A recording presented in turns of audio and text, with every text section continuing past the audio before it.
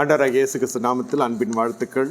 இந்த நாளிலும் கர்த்தருடைய சமூகத்திலே நாம் இருக்கும்படி கர்த்தர் கிருபை செய்திருக்கின்றார். இந்த ஓய்வு நாள் நீங்கள் பார்ப்பீர்கள் என்று சொன்னால் கடைசி ஞாயிற்றுக்கிழமை, இந்த வருடத்தில் கடைசி ஞாயிற்றுக்கிழமை கர்த்தர் நம்ம கொண்டு வந்திருக்கிறார். ஒரு நிமிஷம் நான் நினைத்து பார்த்தால் ஜனவரியில் இருந்த ஜனங்கள் இந்த நாள் இருக்கிறார்களா என்று கேட்டால் கேள்விக்குறி தான். இருந்தால் சந்தோஷம். எத்தனையோ குடும்ப நண்பர்கள், எத்தனையோ ஜனங்கள் உலகத்தை விட்டு இந்த ஆண்டில் கடந்து சென்றிருக்கிறார்கள். என்னென்னமோ நடந்திருக்கிறது. கர்த்தர் நம்மை கிருபையாய் பூமியிலே வைத்து நாம் மகிமைக்காகவே நம்மை கர்த்தர் பூமியில் வைத்திருக்கிறார். அந்த எண்ணம் நம்மோடு கூட இருந்து இந்த ஆண்டு சுதந்திரத்த ஆசீர்வாதங்களுக்கு நன்றி சொல்லியும் இனி சுதந்திரிக்க போகிற ஆசீர்வாதங்களுக்கு வரும் நாட்களில் விசுவாசத்தோடு கூட நம்ம என்ன செய்ய வேண்டும்? நம்ம அறிக்கையிட வேண்டும். கர்த்தர் நம்மை நிச்சயமாகவே வரும் நாட்களில் சுதந்திரிக்க வேண்டிய ஆசீர்வாதங்களை கர்த்தர் நடத்த போகிறார். இந்த கடைசி ஞாயிற்றுக்கிழமையில் கர்த்தருடைய ஆசீர்வாதம் இந்த நாளிலே பழக்க வழக்கங்களை குறித்து இந்த நாளிலே நாம் தியானிக்க போகிறோம். 2 பகுதியாக. முதலிலே பழக்க வழக்கங்கள் நம்ம என்ன செய்கிறது என்று பார்க்க வேண்டும். நம்முடைய வழக்கம் எப்படி இருக்கிறது என்றும் நம்ம பார்க்க வேண்டும். நம்முடைய நிலை, ஆவிக்குரிய நிலை. இந்த இடத்துல இந்த பழக்க வழக்கங்கள் தான் சில ஜனங்களை பரிசுத்தத்துக்குள்ளே அது நடத்தும். சில சமயத்தில் அதுவே பழக்கமாயிடும். அசுத்தம் ஒரு மனுஷன் செய்தால் 10 பேர் செய்யாத ஒரு காரியத்தை ஒரு மனுஷன் அசுத்தம் செய்தால் அவனை பாவி என்று சொல்லுவார். 10 பேரும் சேர்ந்து செய்கிற ஒரு காரியத்தை, பாவமான காரியத்தை ஒரு மனுஷன் செய்யாது இருந்தால் அவனை என்ன சொல்வார்கள் தெரியுமா? அப்பாவி என்று சொல்வார்கள். பாவிக்கும் அப்பாவிக்கும் வித்தியாசம் இருக்கிறது. மிக எளிமையான விதத்தில் நான் சொல்லுகிறேன். பெரிய பெரிய காரியங்கள்லாம் நான் சொல்ல, மிக சாதாரணமான விஷயத்தில் சாமானியமான ஜனங்களுக்கும் இந்த செய்தி சென்றடைய வேண்டும் என்ற நல்ல எண்ணத்தில் சொல்லுகிறேன். பாவி எப்படி செய்கிறான், அவன் அப்பாவி ஒன்றும் செய்யாது இருக்கிறான். இப்படி தான் இருக்கும். இப்படியாக வேத புஸ்தகம் உலகத்திலே எல்லோருக்கும் பொதுவான ஒரு மறையாக இது காணப்படுகிறது. ஒவ்வொரு நாட்டிற்கும் ஒவ்வொரு வேதம் இல்லை, எல்லா ஜனங்களுக்கும் சேர்த்து ஒரு திருமறை. அதுதான் வேத புஸ்தகம். 66 அறைகள் கொண்ட ஒரு மிகப்பெரிய ஒரு அரண்மனை இந்த வேத புஸ்தகம். இது இந்த நாட்டுக்கு இப்படி, இந்த நாட்டுக்கு அப்படியெல்லாம் இல்லை. நேரங்கள் மாறலாம், காலங்கள் மாறலாம், உடை மாறலாம், உணவு மாறலாம், என உங்களுடைய பாஷைகள் மாறலாம். ஆனால் வேதம் மட்டும் ஒரே வேதம். இந்த வேதத்திற்குள்ளே தான் நம்முடைய வாழ்க்கை இருக்க வேண்டுமே தவிர உலகத்துக்குள்ளே அந்த வாழ்க்கை போடுவதற்கான காரணம் என்னவென்று கேட்டால் பழக்க வழக்கங்கள், கெட்ட பழக்க வழக்கங்கள் சில பயிற்சிக்குள்ளே வர வர வர அது கெட்ட பழக்க வழக்கமாகவே தெரியாது. இது எழுத்தின்படியே உண்மை. நான் சின்ன வயசுலேருந்து நிறைய சமுதாயத்தோடு பழகினவன். அதனால் இந்த இராணுவ வீரர்களுடைய வீட்டுக்கெல்லாம் நான் போவேன். ஃப்ரெண்ட்ஸோட அப்பா அம்மாருங்க சொல்கிறேன். அவங்க எல்லாம் என்ன செய்வாங்கன்னு கேட்டால், அவங்களுக்கு கோட்டா இருக்குது, மதுபானத்துக்கு கோட்டா இருக்குது. எல்லாம் ஒன்றா உட்காந்து டம்ளரில் ஊற்றி குடிச்சுன்னு இருக்குதுங்க. அந்த சின்ன வயசில் பார்த்தோன்னே எனக்கு அவங்களும் கொடுக்கல, நானும் கேட்கல. ஆனால் எல்லோரும் ஒன்றும் பெரிய விகல்பமாக இல்லை. சின்ன குழந்தைக்கு சளி பிடிச்சாலும் ஒரு டம்ளரில் சுடுதண்ணி ஊற்றி அதில் ஒரு ஸ்பூன் ஊற்றி கலக்கி கடகடன்னு ஊற்றுறாங்க. அதுவும் மூக்கை பிடிச்சி ஊற்றி விட்ருவாங்க. அது 2 நாள் சரியாயிடுவாங்க. அந்த காலத்து மரபு அது. இப்போது அது இருக்குதா என்னன்னு தெரில. சூடானா அது பீர் குடிப்பான். உஷ்ணம் உடம்புல அதிகமாகிடுச்சுன்னா. இப்போ உங்களுக்கு குளுமை ஆயிடுச்சுன்னா அந்த ரம்மு ஜின்னு ஏதோ சொல்கிறாங்க இல்லையா, அதை ஊற்றி குடிப்பான். இது பரம்பரை. அவங்க அப்பா மிலிட்ரி, அவங்க தாத்தா மிலிட்ரி, அது பரம்பரையாக கொண்டிருக்குது. இது குடி என்பது ஒரு பெரிய விஷயம் கிடையாது. குடிச்சிட்டு வந்தியான்னு கேட்டால் வீட்டில் தான் குடிக்கிறானே. இப்படியாக நடந்து கொண்டிருக்கும். இது அது ஒரு கல்ச்சர், அது சோஷியல் கல்ச்சரு, மிலிட்ரி கல்ச்சரு. அதனால ஒன்றும் தப்பு இல்லைன்னு சொல்லுவாங்க. அதை பற்றியே அவங்க பெருசாக எடுத்துக்கொள்ள மாட்டாங்க. அதான் சொல்கிறேன், இது ஒரு பழக்க வழக்கம் ஒரு மனுஷனை எப்படி வேணால் நடத்தும். பெரும்பான்மையாக இது நடக்கிற பொழுது அது பெருசாக தெரியாது. எங்கே நடக்குது? இப்போ 10 பேர் ஒழுங்காக குடும்பம் நடத்தி கொண்டிருக்கானோ ஒரு மனுஷனுக்கு டைவர்ஸ் ஆயிடுச்சுனாக்கா அவனை ஒன்று ஆணாக இருந்தால் அவனை ஒன்றுத்துக்கும் உதவாதவன், அவ்வளோதான் அவன், ஆண்மை குறைவே இருக்குது இவனுக்குன்னு பறைசாட்டுரும் உலகம். பெண்ணாக இருந்தாக்கா அவ்வளோதான், இவோ நடத்த சரியில்லைன்னு சொல்லி பறைசாட்டுரும். அந்தந்த மனநிலைக்கு ஏற்றபடி நியாயம் தீர்த்துட்டு போயிடுவாங்க. ஏதோ பண்ணியிருக்காயா, அதான் இவளை அமுச்சு வச்சுட்டான் புருஷன், இல்லைன்னா சும்மா அனுப்புவானா யாரையாவது, அவன் நடத்த சரியில்லைன்னு நேராகவே நாக்கு போட்டு பேசிடுவாங்க, நியாயம் தீர்த்துருவாங்க. இதே அந்த தெருவில் 10 பேர் இருக்கிறவங்களுக்கு 8 பேர் வீட்டில் இது நடந்துச்சுன்னா 2 பேரை வித்தியாசமாவது காரி துப்புற மாதிரி பேசும். ஏன்டா ஒன்றும் டைவர்ஸ் பண்ணலையா, அவளை பண்ணி தொலை, அதை சனியமான நம்ம வீட்டுக்கு அந்த கழுதி அடித்து தடுத்து. பெண்ணாக இருந்தால் எப்படி, ஆணாக இருந்தால் பெண்கிட்ட வந்து என்ன சொல்லுவாங்க மற்றவங்களாம், அழகுக்கும் உன்னுடைய தகுதிக்கும் உன்னுடைய திறமைக்கும் உன் கையின் பிரயாசத்துக்கும் இளவரசர்கள் காத்து கொண்டிருக்கிறார்கள். ஏன்னா அவன் வாங்கிட்டா இல்லையா டைவர்ஸு, அதனால் இவளை தூண்டி விடுவான். வீட்டுக்கு ஒரு 3 பொண்ணுங்க வாங்கிட்டுச்சுனாலே கசின் சிஸ்டர்ஸே எல்லாம் சேர்றப்ப வானானா விட்டு வாடி, அவனை பெரியது, நாங்களாம் டைவர்ஸ் பண்ணலையா, பரவலான பேச்சு வரும். நம்மளால் நிதானிக்க முடியாது. ஏன் இதை நான் எடுத்து சொல்கிறேன்னா, இனி வருகிற நாட்கள் விசுவாசிகள் உயர பறக்க போகிறீர்கள். அப்பொழுது நீங்கள் தீட்டுப்பட்டு விடக்கூடாது என்பதற்கு முன்னுரையாக தீர்க்க தரிசனமாக இந்த செய்தி வருகிறது. ஊடகத்தின் வழியே பயணப்படுகிறவர்களாக இருக்கட்டும், என்னோடு கூட பயணப்படுகிற சக விசுவாசிகளாக இருக்கட்டும், உங்கள் வாழ்க்கையில் கரை வந்து ஒட்டுவதற்கு எப்படி என்று கேட்டால், நான் பல நாடுகளுக்கு போனதினால சொல்லுகிறேன். அங்கே போகிற பொழுது அவர்களுடைய பழக்க வழக்கங்களுக்கும், நான் சொல்ல உணவெல்லாம் சொல்ல, வாழ்க்கையினுடைய மூல காரியங்கள், திருமணம் போன்ற காரியங்கள்லாம் பார்க்குற பொழுது பயமாகவே இருக்கும். வேதம் ஒன்று சொல்லுகிறது, வாழ்க்கை ஒன்று போகிறது.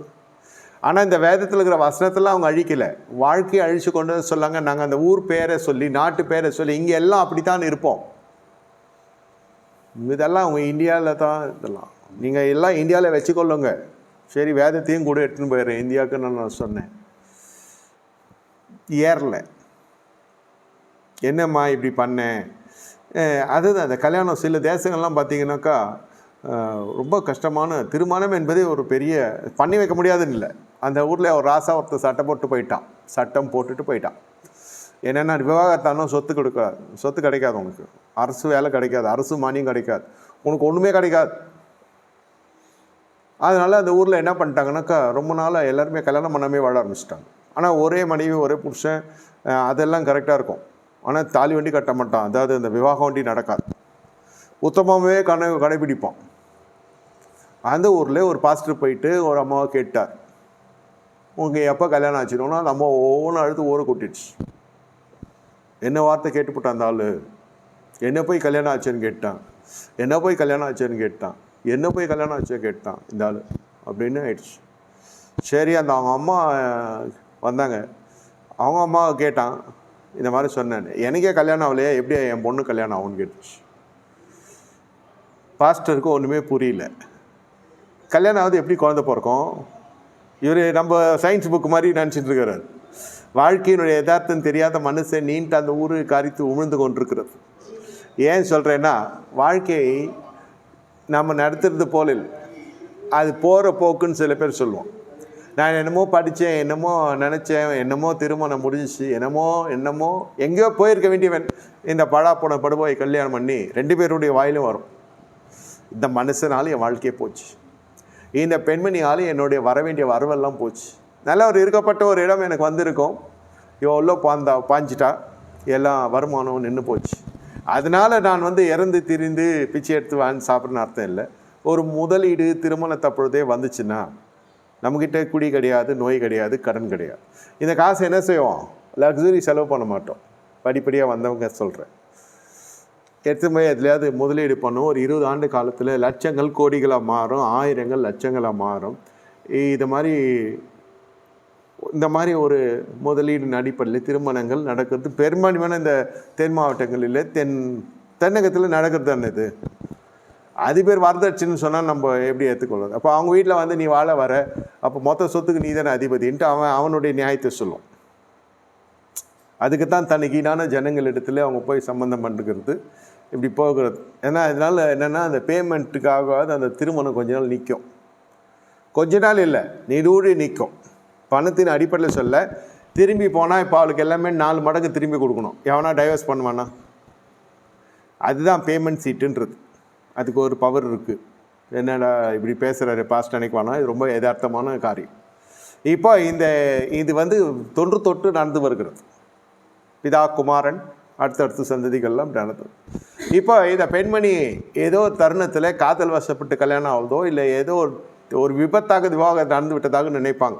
ஒழுங்காக போயிட்டு இருக்கிற குடும்பம் கூட அவன் சம்பாத்தியம் பண்ணி அவன் சம்பாரித்து அவன் சாப்பாடு போட்டு கொண்டு வந்தாலும் நீ அவனை கட்டியிருந்தேன்னு வச்சுக்கேன், அந்த பொண்ணை பார்த்து சொல்கிறது, இந்நேரம் ஒரு கோபுரத்தில் ஏற்றி உன்னை என்ன செஞ்சுருப்பான், நீ கோபுரத்துலேருந்து நிற்க வேண்டியவ, கோட்டைக்கு போக வேண்டியவ இப்படின்ட்டு பெண்ணை இப்படி ஆணை பார்த்து என்ன சொல்லுவான், நீ இந்த மூதேவியை கல்யாணம் பண்ணுறதுக்கு பதில் அந்த ஸ்ரீதேவியை கல்யாணம் பண்ணியிருந்தீங்கன்னா இந்நேரம் 10 வீடுக்கு அதிபதி ஆகிருக்கலாம். ஏன்னா அப்பன் கொடுப்பான்னு இல்லை, உனக்குன்னு உன்னை கனப்படுத்துகிற அளவுக்கு எதாவது செய்வாங்க. நீ அதை போய் என்ன செய்யணும், விதைச்சி பெருகி நீ கனம் பண்ணணும். அது இல்லாமல் அவளுக்குன்னு ஒரு பூர்வீக சொத்து இருக்கு இல்லையா, அவன் அப்பா அத்தா காலத்துக்கு உள்ள அதுவும் வந்துடும். ஸோ எப்படி தொட்டாலும் உங்களுக்கு வருமானத்துக்குரிய வளம். ஆனால் இது சோம்பேறிகளுக்கெல்லாம் இது கான்செப்ட் வராது. இதெல்லாம் வருதுன்னா அவன் ஒரு கொம்பாக இருக்கணும், அவன் ஒரு படிப்பு இருக்கணும், அவனுக்கு ஒரு சம்பாதியம் இருக்கணும், அவனுக்கு ஒரு பின்புலம் இருக்கணும், அது இதோடு இணைக்கப்படும். இப்படி தான் திருமணங்கள் போகுது. இது ஒரு வழக்கம். ஏன் இதெல்லாம் சொல்கிறேன்னா, இதெல்லாம் கொஞ்சம் புரிஞ்சுக்கணும் விசுவாசிகள். அதனால் கொடுக்கப்படும் என்பதெல்லாம் சபையோடு மட்டும் இல்லை, எல்லா இடத்துலையுமே உங்களுக்கு கொடுக்குற ஸ்தானத்தில் நீங்கள் இருக்கணும். உங்களுக்கு எதுக்கு அந்த சேமிப்பு வாழ்க்கையில் சேமிப்பு இல்லையானா சேமிக்க கர்த்தர் கிருபை தரப்போகிறாருன்னு அர்த்தம். ஆனால் அந்த பணம் வந்து நல்ல விதத்தில் இப்போ உங்களுக்காக வேலை செய்யணும். நல்லா புரிந்து கொள்ளுங்க. பழக்க வழக்கங்கள் என்ன, பழக்க வழக்கத்தில் ஆரம்பித்து பணத்தில் போய் முடியுதுன்னு நினைக்க வேணாம். The power of money should perform something on behalf of you. நான் வரலன்னா கூட பரவாயில்ல. ஒரு சிலர் வெளிநாட்டு வாசிகள் என்கிட்ட சொல்லியிருக்காங்க, நான் வரலன்னா கூட பரவாயில்ல ஐயா, எங்கள் அப்பா ஹாஸ்பிட்டலில் இருக்கார், நானும் போக முடியல. அங்கே ஊரில் இருக்கிறவன் வந்து தையா தக்கான்னு குதிப்பான், அண்ணனோ தம்பியோ அக்காவோ தங்கச்சியோ. ஐயோ அப்பா, அது குதிக்குமே தவிர ₹1 அதுக்கிட்டேருந்து வராது. நாங்கள்லாம் ஏழைகள்ன்ற பட்டியலில் அவங்க நிரந்தரம் குடிவாசிகளாக இருக்காங்க. அந்த ஸ்தானம் இருந்தால் கூட அது அப்படி தான் நடந்துக்கும். நிறைய பேர் நான் பார்த்துருக்குறேன், அந்த மாதிரி தான் உடுத்துவாங்க. கடைசி வரைக்கும் மற்றனுடைய இறக்கத்திலே பிடிங்கி தின்னணும்னு நினச்சிட்டாங்கன்னா ஏழ்மையாகவே காமிச்சு கொண்டிருப்பான். இதை உழைப்பாளி சொல்கிறான், வெளிநாட்டு வாசி நான் சொல்ல மாட்டேன், இந்த உழைப்பாளி சொல்கிறான், நான் போலனாலும் பரவாயில்ல, என் பணம் வேலை செய்யும். ஆனால் எப்படி பேசுகிறான் இருந்தாலும் அது நெசம், அதான் உண்மை. அங்கேருந்து வெஸ்டர்னில் போட்டு அமுச்சு அக்கௌண்ட்டில் வந்து விழுந்தோடனே இதுங்க எல்லாம் அந்த துள்ளி குதிச்சு அழுதா இல்லையா, உடன்பிறப்புகளுக்கெல்லாம் சந்தோஷம் வந்துச்சு. டிங்குன்னு ஒரு எஸ்எம்எஸ் வந்துச்சு, பணம் டெபிட் கிரெடிட் ஆகிடுச்சின்னு. அப்பா ஒரு பக்கம் இருக்கிறாரு, இவங்களுக்குலாம் சந்தோஷம் ஆயிடுச்சு. ஆஹா, பில்லு கட்டுறதெல்லாம் இல்லை, பில்லு கட்டுறது அவன் கரெக்டாக பில்லு குறைக்க அனுப்ப முடியுமா, இதுங்களாம் கேர்டேக் பண்ணுறது, இதுங்களுக்கெல்லாம் யாருக்கு கொடுக்குறது. எல்லாம் அழகாக அவர் எத்துமே ஐசியூ வார்டில் விட்டுட்டு ஆர்டர் பண்ணி அழகாக biryani, fried rice, noodles, chicken 65 அழகாக போயிட்டு பாஸ்டர் வந்துட்டார், அவர் பிரியாணி பிடிக்கும், நம்மளுக்கு ஒரு பொட்டலம். ஆனால் பாய்ங்களா அந்த மனுஷங்க அவன் உள்ளே சேர்க்க மாட்டான். நர்ஸு சொல்லுது, நாங்கள் தான் முதல், நாங்கள் பார்த்து சொல்கிறோம், வீட்டுக்கு போதான் வீட்டுக்கு போய் என்ன ஆச்சுன்னா நான் சொல்லி அனுப்புகிறேன். ஆக மொத்தம் ஏற்றியாச்சு அவனு கட்டில் மேலே. ஆமாட்ட அவர் அப்படியே படுத்துன்னு இருக்கார், வாயில் மூக்கில் எல்லாம் புனல் வச்சுருக்கான். இல்லை, எதுக்கு சொல்ல வரேன்னா, உங்களுக்கு இருக்கிற பணம் உங்களுக்கு வேலை செய்ய வேண்டும். ஐயா அந்த லெவலில் நாங்கள் இல்லைன்னு சொன்னீங்கன்னா அந்த லெவலில் வருவீங்க. ஏன்னா கொடுக்கறதுல நம்ம வந்து பால் மாறக்கூடாது, செலவு பண்ணுறதுல பால் மாறக்கூடாது. நம்ம என்ன நீதியாக சொல்கிறேன் நான், செலவுனா அனாவசிய செலவு சொல்லு. ஒரு மருந்து, ஒரு மருத்துவம், ஆனால் ஒன்று முடிஞ்சால் இன்சூரன்ஸ் எடுத்து வச்சுக்கோங்க, சந்தோஷம். நோய் வரத்துக்கு முன்னே இன்சூரன்ஸ் எடுத்து வச்சுக்கோங்க, மெடிக்கல் இன்சூரன்ஸு. இதெல்லாம் நம்ம வந்து செஞ்சே ஆகணும், நம்ம மேலே விழுந்த கடமை. என்ன டேர்ம் பாலிசிலேருந்து அதிலே போய் மணி பேக் பாலிசி போடுறியோ ஏதோ ஒன்று, நீங்கள் உங்களுக்குன்னு ஒரு சேமிப்பு இருக்குது. நீங்கள் இல்லைனாலும் உங்கள் பிள்ளைகள், ஏன்னா பாஸ்ட் இன்சூரன்ஸ் ஏஜென்ட் மாதிரி பேசுகிறேன் அன்றைக்கி வேணும். சொல்ல வர கருத்து என்னென்னா, பழக்கம் இது நம்ம பணக்காரனாகவும் மாற்றும், ஏழையாகவும் மாற்றும், பாவியாகவும் மாற்றும், பரிசுத்தமாக மாற்றும். இது வந்து ஒவ்வொரு இடத்துலையும் லாபகரமாக போகிற வரைக்கும், இப்போ நான் சொன்ன வரைக்கும் பிரச்சனை இருக்காது. ஒரு குடும்பம் இன்சூரன்ஸ் வச்சுச்சுன்னா அவன் இல்லைனாலும் பரவாயில்ல, வீட்டு காசு வந்துடும். நோய் வந்துச்சுனாலும் அவங்ககிட்ட இருக்குதோ இல்லையோ இன்சூரன்ஸ் கொஞ்சமாவது கிளைம் வரும். அதுலேயும் நம்ம நல்ல கம்பெனியை பார்த்து போடணும். இதுலேயும் எல்லாருமே நான் என் பொருளில் தான் ஒஸ்தின்வான், காக்கைக்கு தன் குஞ்சு பொன் குஞ்சிடணும். இதெல்லாம் நம்மெல்லாம், இதுக்கெல்லாம் ஞானம் வேணும், இதுக்கு ஒரு பக்குவம் வேணும், இதெல்லாம் செஞ்சே ஆகணும். நம்ம சும்மா வாயால் வடை சுட்டுன்னு இருக்க முடியாது. அதனால் இந்த பழக்க வழக்கங்களுக்கும் என்னுடைய செய்திக்கு என்ன சம்பந்தம்னு கேட்டால், இந்த இடத்துல வேதம் சொல்லுகிறது என்ன, லாபான் சொல்கிறான் ஆதியாகம புஸ்தகத்தில், மூத்தவள் இருக்க இளவலை கொடுப்பது இவ்விடத்து வழக்கம் அல்ல. இது எப்போ வந்து நடக்குது ஆதியாகம புஸ்தகத்தில்? நீங்கள் தான் தேடி கண்டுபிடிக்கணும். கொட்டேஷன் சொல்ல, எங்கே யாக்கோபு வரான், எங்கே லாபான் வரான், எங்கே வராங்க, 27 வருஷத்துக்கு பிறகு வரும். நீங்கள் வீட்டில் போய் பார்த்து கண்டுபிடிச்சிக்கணும். வழக்கம் எப்போ அது சொல்கிறது? அந்த வெங்காயம் நீ முதலே சொல்ல வேண்டியது தானே. மூத்தவ இருக்கிறாளே ஆள், அவள் கூசப்பார்வை கொண்டவா, அவளுக்கு வந்து என்ன சொல்கிறது, முதல்ல அவ்வளோதாண்டா, ராகேல் மேல் நீ ஆசைப்பட்டால் கொஞ்சம் வெயிட் பண்ணு, நான் எவனோ இன்னொருத்தன் வருவான் பார்த்து நான் கல்யாணம் பண்ணி வைக்கிறேன்னு.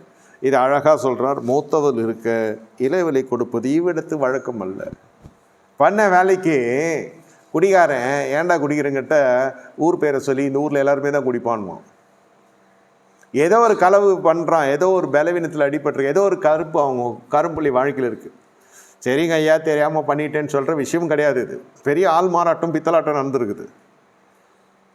என்ன அழகாக பேட்ச் பண்ணுறல லாபான், இவ்விடத்து வழக்கம் இல்லை, மூத்தவள் இருக்க இளைவலை கொடுக்கறது இல்லை, அதனால் இவளுக்காக ஒரு 7 ஆண்டு வேலை செய், அவளை நிச்சயமாக தரேன், அவளுக்காக வேலை செய். இது பண்ண என்ன பிரச்சனைனா, அந்த விருப்பத்தினால வந்த வேணை இதெல்லாம். கடைசியில் இந்த ராகேலுக்கு பார்த்தோன்னே முத்தம் கொடுத்தா இல்லையா, அதில் தான் இந்த பிரச்சனை எல்லாம் வந்துச்சு. இது ஒரு கல்ச்சர். சில இடத்துலலாம் என்னென்னா இது ஒரு பெரிய கலாச்சாரம். முத்தம் கொடுக்கறது ஒரு கலாச்சாரம்.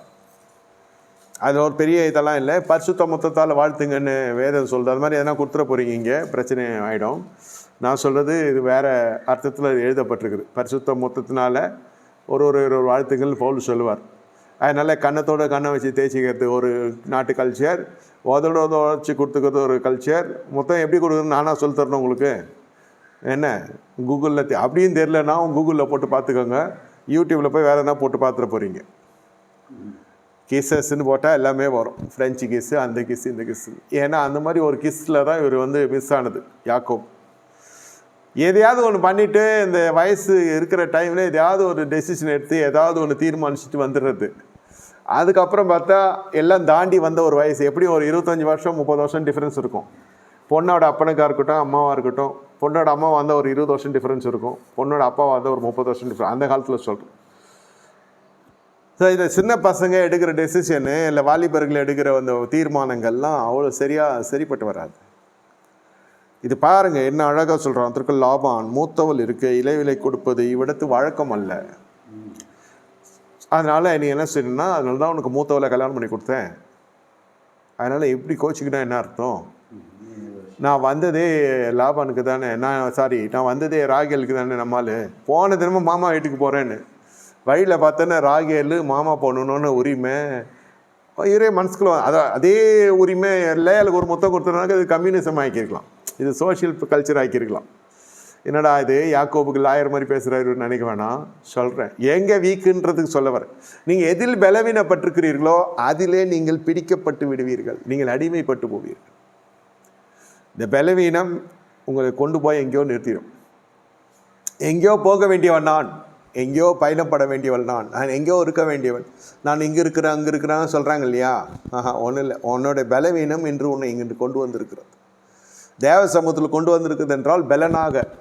ஆனால் அதே சமயத்தில் உங்களை குடித்து நீங்கள் நொந்து கொள்ளவும் கூடாது, நீங்கள் என்ன செய்யக்கூடாது, வருத்தப்படவும் கூடாது. ஏன்னா இது நாள் வரைக்கும் உங்கள் நிலைக்கு வந்து மற்றவர்கள் தான் காரணம்னு சொல்லி கொண்டிருப்போம். என்னோட வளர்ச்சிக்கெல்லாம் என்னுடைய திறமைக்கு அந்த அந்தஸ்துக்கு என் மனைவி தான் ஒரு பெரிய பிரச்சனைன்னு மனைவி சொல்கிறது, இதை கணவன் சொல்கிறது. கணவனை பார்த்து இல்லை மறைவாவோ அந்தம்மா மனசில் நினைக்கும், இந்த படுபாவியை கல்யாணம் பண்ணி தான் நம்ம இப்படி இருக்கோம். என்னை விட திறமையற்ற ஜனங்கள் அல்லது எனக்கு ஈடான ஜனங்கள்லாம் இன்னைக்கு சம்பளம் எகுறதுன்னு அந்தம்மா. அது உள்ளே போய் பார்த்தா தான் தெரியும் இது எங்கே என்ன ஆகும்னு தெரியாது நமக்கு. சரி அட்லீஸ்ட் எனக்கு ஒரு குறிப்பிட்ட தொகையை சொல்லி இதாவது எனக்கு கொடுத்துருப்பான் இல்லையா.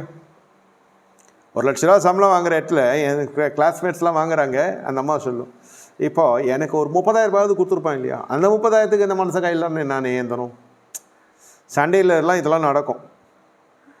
சண்டைன்னு பெரிய சண்டை இல்லைனாலும் ஒரு ஏதாவது நம்ம ஏதோ சொல்லிக்கிளி அழுதோ தீர்த்துரும். அது சரி இப்போ அழுத மாத்திரம் என்ன அமுச்சிடுவா போகிறான் ஒன்று, இல்லை நீ அமிச்சா மட்டும் நான் அவனை வேலை தூக்கி கொடுத்துருவா போகிறான், இல்லை அவன் கொடுத்தா மாத்திரம் நீனே 1,00,000 சம்பாரிச்சு வீட்டுக்கு வந்துடுவியா, நம்ம பசங்க விட்ருவாங்களா ஒன்று.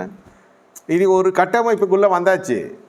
அதுக்கப்புறம் பாதி வயசில் வந்துட்டு நான் ஹவுஸ் ஒய்ஃபாக இருக்கிறேன்னு சொல்லி நொந்துக்கிறதும், இல்லை நான் வேலைக்கு போயினே இருக்கிறேன்னு சொல்லி நொந்துக்கிறதும், ரெண்டுமே ஒரே ட்ராக் தான். அதுவும் சந்திச்சதுன்னா என்ன சொல்லும், என் பவர் ஆஃப் ஃபைனான்ஸ் என்கிட்ட நானே எல்லாம் செலவு பண்ணுறேன், எனக்கு எல்லாம் என் கண்ட்ரோல் இருக்குதுன்னு இன்னமா சொல்ல வெளியில். உள்ளே போய் பார்த்தா அதுக்கு மொத்தத்தில் நம்ம அண்ணன் என்ன பண்ணுவார், லோனெல்லாம் வாங்கி வச்சுருப்பார். யார் கண்ட்ரோல் இல்லை, பேங்க் கண்ட்ரோல் இருக்கும். நீயும் போடு 2 பேரும் போட்டு ஒரு கடனை வாங்கி செக்க மாட்டோமா சுற்றி கொண்டு வருவோம். இவன் நல்லாவே வாழ்ந்து கொண்டிருக்கான். நம்ம ஆள் மணி வீட்டில் வச்சு சாப்பாடு போட்டு அழகா இல்லத்தரசியாக பிள்ளைகளை சேர்க்க ஆரம்பிச்சிட்டாங்க இவங்க. கணவன் என்ன செய்கிறான், நான் உழைத்துக்கிட்டு வருகிறேன், நீ இல்லறத்தை பார்த்துக்கொள், உன்னுடைய பிரசனம் என்னோட பிள்ளைகளை வளர்க்கும், நம்முடைய பிள்ளைகளை வளர்க்கும். அந்த மாதிரி நிறைய குடும்பங்கள் வந்தது உண்டு. இது இப்படியும் வந்தது உண்டு. இதுக்கும் நாம் குறைச்சி பேசுறதுக்கு ஒன்றும் இல்லை. அது எனக்கு வச்ச சிலுவை, இது உங்களுக்கு வச்ச சிலுவை அது. அப்படி பார்த்தா நீங்களாம் வேலைக்கு போகிறேன் போகலன்னு சண்டை போட்டு, நான் வேலையே இல்லாமல் இருக்கிறேன்னு தானே எல்லாம் சொன்னேன் ஒரு காலத்தில். இல்லை சொல்கிறேன் நான், மற்றதை மேய்க்கிறதே வேலையாக போச்சு. இதான் சண்டே தானே வேலைக்கு சர்ச் வச்சுருக்கேன், மற்ற நாளில் வேலைக்கு போகலாம் இல்லையா அப்படின்னு சொன்ன காலம்லாம் இருக்குது.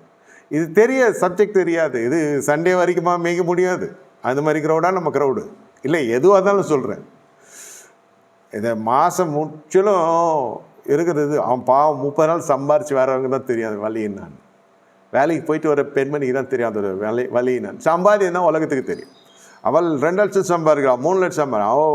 ஒரு அம்மா சொல்லுது, ஒரு விசுவாசிக்கு பொண்ணு பார்க்குறப்போ, இது உண்மை நிகழ்ச்சி, 10:30 மணிக்கு என் பொண்ணு வருவான்னு. எங்கே வருவாங்க, வீட்டுக்கே 10:30 மணிக்கு தான் ஏன் வருவா. இவர் என் தம்பி, நான் சொன்னேன் இது என் தம்பி மாதிரி தான். ஏன்னா அப்புறம் பொய்யராயிடும் இல்லையா, எனக்கு 25 வருஷமாக தெரிஞ்சது, குட்டியிலேருந்து நான்லாம் பார்க்குறேன், கேரண்டி நான். அதெல்லாம் இருக்கட்டும் ஐயா, 10:30 மணிக்கு தான் என் பொண்ணு வருவான். எப்போ 10:30 மணிக்கு? 10:30 மணி நைட் 10:30 மணிக்கு தான் வருவா. இதுக்கப்புறம் வந்தா குளிப்பா, நேராக போய் தூங்குவா. கண்டிஷன் அப்ளை, வேணா வா, வானா போ. சரி, மாப்பிள்ளை தான் எல்லாம் செஞ்சு வச்சிடணும். சரி, ஆனால் கேட்ரிங் மாப்பிள்ளலாம் வேணாம். கேட்ரிங் படிச்சுட்டு வரான் இல்லையா, அந்த ஹோட்டலில் அதெல்லாம் இருக்கக்கூடாது. ஆனால் ஒரு நல்ல எல்லாமே கிட்டத்தட்ட இந்த அம்மா வாங்குகிற சம்பளத்துக்கு ஒரு படி மேலேயும் கேட்குது, அந்த பாப்பா வாங்குகிற சம்பளத்துக்கு மேலேயும் ஒரு படி கேட்குது. நீ ஏன் 10 மணிக்கு வரான், 12 மணிக்கு வருவானா இல்லையா, நீ சம்பாதிக்கிறதுக்கு என்னத்தை பண்ணுறது. நான் சமையல் செய்கிற அந்த ஒரு கலை, அருமையான கலை, அதை படிச்சுட்டு அவன் வேலைக்கு முறைப்படி போகிறான். அவன்லாம் வேணாமா, சமையல் செய்கிற அந்த கேட்ரிங் மாப்பிள்ளலாம் வேணாம். என் பொண்ணை விட சம்பளமும் அதிகமாக இருக்கும். உன் பொண்ணு சம்பாதிக்க 10:30 மணிக்கு வரா, அவன் இவளை விட சம்பாதியம் அதிகமாக கேட்குறான். அவன் 1 மணிக்கு தானே வருவான். என்னவோ சொல்ல வர கருத்து என்ன, இப்போ அப்படி இருக்குது நிலைமை. திருமணம்னு சொன்னால் அதோட வழக்கம் அப்படி தான். இதெல்லாம் ஒரு 10 வருஷத்துக்கு முன்னே கண்ண முடியுதுனாக்கா இந்த பொண்ணெல்லாம் கதை சேர்ந்து 4 பிள்ளைக்கு அம்மாவாக இருக்கும். இதுதான் இப்போ முன்னாடி ரிசப்ஷன் ஆஃபீஸ் மாதிரி உட்காந்துக்குது, ஃப்ரண்ட் ஆஃபீஸ் மாதிரி உட்காந்துக்குது அந்த அம்மா. பொண்ணுக்கு நான் தான் மாப்பிள்ளை பார்ப்பேன். பொண்ணுக்கு வயசு 38 வயசு ஆயிடுச்சு, முதல் திருமணம். கேள்வி மேலே கேள்வி கேட்குது, அவங்க விசுவாசிக்க மாட்டேன், ஏன் இவ்வளோ கல்யாணம் ஆகலை, டியூ டு சம் ரீசன்ஸ் ஆகலை. சரி, இவ்வளோ நாள் கல்யாணம் ஆகலையா, ஓன் பொண்ணுக்கு மட்டும் ஆயா தொலைச்சுது எப்படி? சம்பளமும் வேணும், அவன் 7 மணிக்கெல்லாம் ஓலை வச்சு சோறாக்கியும் போடணும். என்னம்மா பண்ண, ரிட்டையர் ஆகி ஆனால் பென்ஷன் வாங்குறவன் தான் கிடைப்பான் உனக்கு நினச்சின்னு வந்துட்டேன் நான். ஏதாவது நியாயம் இருக்கா? இவ்விடத்து வழக்கம் இது, அதுவும் அந்த மாதிரி இதுதான் சொல்லிச்சு. எங்கள் பழக்கம் இதான், இது எங்கேயோ கம்பெனிக்கு போய் வேலை செஞ்சுட்டு வந்த மாதிரி. இது கை நாட்டு பேசுகிற பேர் தெரியுது. அவள் ஏதோ வேலை செஞ்சால் அவள் போகிறா, ஓட்டி செஞ்சு டியூட்டி செஞ்சு. இதே ஒரு ஆண் செய்கிறான், ஒரு புருஷன் செய்கிறான். ஓட்டி ஃபஸ்ட்டு டியூட்டி, 2வது ஓட்டி, 3வது பியூட்டி. பியூட்டினா ஒய்ஃப், காலைல டியூட்டி, அப்புறம் ஈவினிங் ஓட்டி, evening beauty. Very balanced life. இதில் இல்லறத்தில் எந்த சந்தோஷமும் இல்லை. இதே தான் அந்த அம்மாவும் செய்யுது. இது மாதிரி தான் சொல்ல வருது அதுவும். நானும் ஓட்டி செய்கிறேன், டியூட்டி செய்கிறேன், வீட்டுக்கு நான் பியூட்டின்னு. அது சொல்கிறது ஒரு விதம் இல்லை. இப்படிலாம் 10:30 மணிக்கு வரக்கூடாதுன்னு நம்ம சட்டம் போடல, இப்போ காலம் மாறிடுச்சு. ஒவ்வொன்றும் போகாமல் வேலை செய்யுது, ஒவ்வொன்றும் போயின்னு வேலை செய்ய மாட்டேங்குது. ஏதோ வண்டி ஓடுது. ஆனால் எல்லாமே கண்டிஷன் சப்ளைனா முடியாது இல்லையா? நம்மளும் கொஞ்சம் பார்க்கணும். என் பொண்ணுக்கு 38 வயசு ஆகுது, கல்யாணம் ஆகலை. ஏன் மாப்பிள்ளைக்கு 40 வயசில் கல்யாணம் ஆகலைன்னு கேட்டால் என்ன அர்த்தம்? ஓமோனுக்கு மட்டும் ஆச்சா? எல்லாம் இருக்கு இல்லையா? கேட்டால் இது விடத்து வழக்கம். அப்படியே குடும்பமாகவே ஐடி ஃபீல்டில் பார்க்கிலே பிறந்த மாதிரியும், இதுங்க எல்லாம் எம்பிஏ படித்த மாதிரியும், அதாவது முற்பிதாக்கள்லேருந்து வர சொல்கிறேன். இது ஏதோ லோனை கொடுத்தா அந்த காலத்தில் போய் படித்தோம், கேம்பஸில் செலக்ட் ஆனோம், போனோம், வந்தோம், அவ்வளோதான். ஐயா எங்கள் சந்ததியில் நான் தான் கார் வாங்கினேன் சொல்கிறது தப்பு கிடையாது. நாங்கள்னா ஜமீன் பரம்பரையாக நாங்கள் இருந்தால் கூட சொல்லலாம். அது இப்போது நம்ம தான் புது ஜீவியத்துக்குள்ளே வந்துட்டோம் இல்லையா? இவ்விடத்து வழக்கம். இது மாதிரி பழக்கம்லாம் சொல்கிறப்போ ரொம்ப கேர்ஃபுல்லாக இருக்கணும். நம்ம எங்கேயோ பெருசாக மாட்ட போகிறோன்னு அர்த்தம். ஆமாம், ஏன்னா பழக்க வழக்கத்தை ரொம்ப ஹைலைட் பண்ணி பேசுகிறாங்கன்னா பெரிய விதத்தில் நம்மளை பள்ளம் ஏற்றான்னு அர்த்தம்.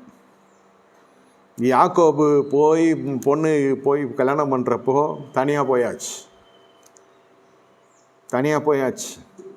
யாரும் இல்லை, யாரையாவது ஒருத்தர் கூட்டின்னு போயிருக்கலாம்.